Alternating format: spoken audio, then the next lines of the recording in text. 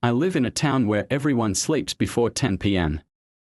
It has become some kind of custom now. People lock their doors, turn off their lights, and crawl into bed as though their lives depend on it. Even the stray dogs vanish into silence and the world outside becomes still.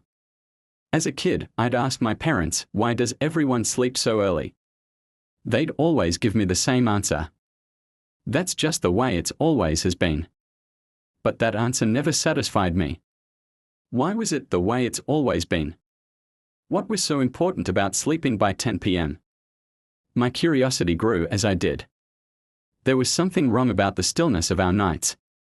No one ever woke up, not even for a glass of water or to use the bathroom. Once they went to sleep, they were dead to the world until morning. I'd overheard whispers once, conversations among the adults. He broke the rule, someone had said. Never woke up again. They saw me listening and stopped talking. But the seed of curiosity had already been planted.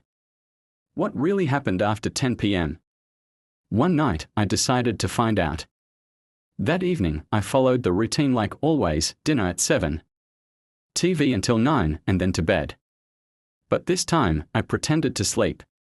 I lay there with my eyes closed, listening as the town settled into its nightly stillness. At exactly 10 p.m., everything became silent. A silence so heavy it felt alive. I waited for what felt like hours, though it was probably just 30 minutes. Then, slowly, I opened my eyes.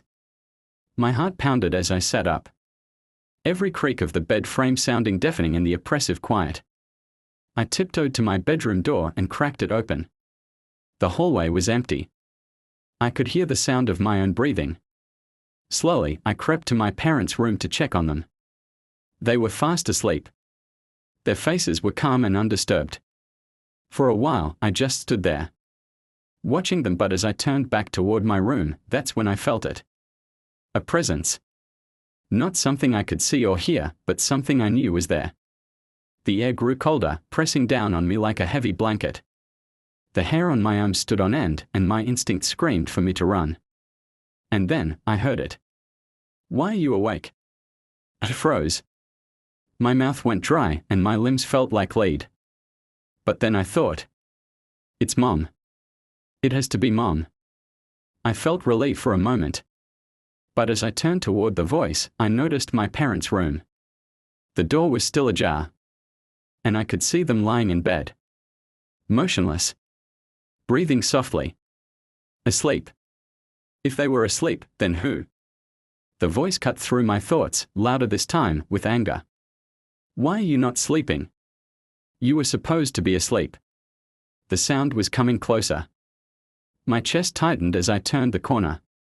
And then I saw it. It wasn't my mother. Not my father.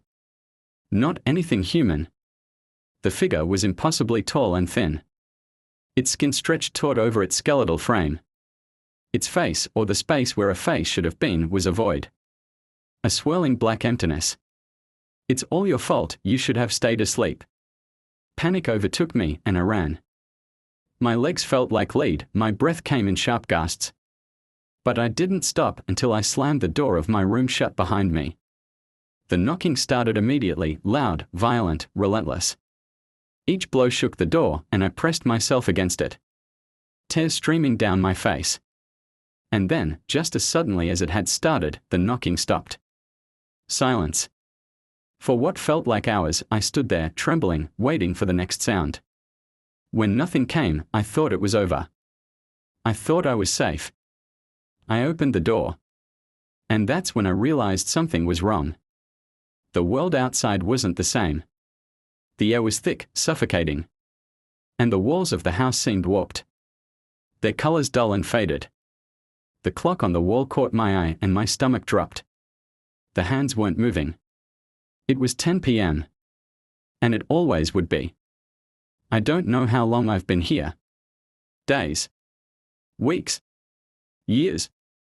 Time doesn't exist anymore, not in this place. The town is empty now.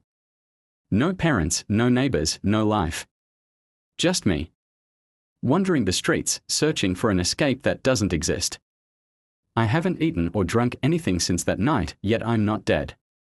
I should be dead. But I'm not. My body has changed. I've grown taller, impossibly thin. My skin stretches tightly over my bones. And my reflection in broken glass reveals the truth: my face is gone. Replaced by a void. A black nothingness. I don't feel human anymore. The memories of my life before are fading. I've grown angrier with each passing moment. At myself. At the town. At everything. And then, one day, I saw something. A boy. He was small, frightened. I watched as he tiptoed down the hallway, peeking into his parents' room. The sight filled me with rage. "Why are you awake?" The boy froze, his eyes locking onto mine. And in that moment, I realized the truth. I wasn't watching him. I was watching myself. And now, I understood. I had stayed awake. And now, I was the one who ensured no one else ever would.